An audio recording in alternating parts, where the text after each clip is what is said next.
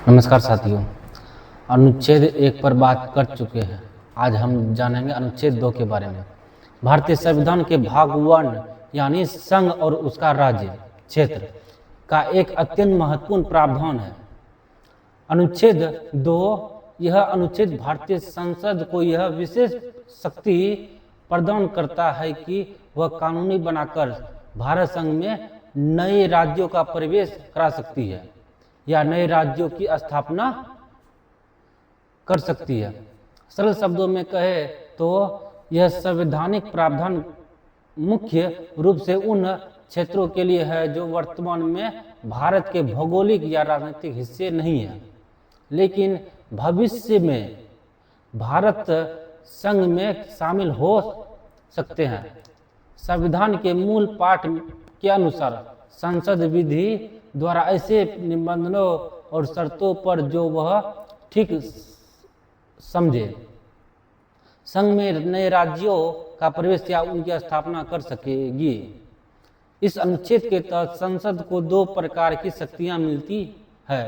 अब पहले, नए राज्यों को संघ में शामिल करने की शक्ति जो उन स्वतंत्र क्षेत्रों पर लागू होती है जो पहले से अस्तित्व में है, और दूसरी, नए राज्यों को स्थापित करने की शक्ति जो उन क्षेत्रों के लिए है जो पहले से राज्य के रूप में संगठित नहीं है, लेकिन भारत द्वारा अर्जित किए जाने के बाद उन्हें राज्य का रूप दिया जाता है।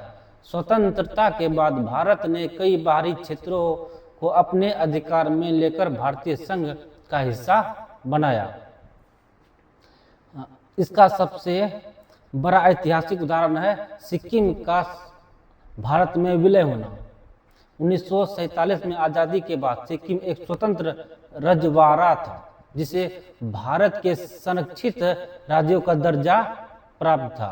1974 में सिक्किम की जनता की मांग पर 35वें संविधान संशोधन के माध्यम से संविधान में अनुच्छेद 2 को जोड़ा गया, जिसे सिक्किम को यह स्वराज्य का दर्जा दिया।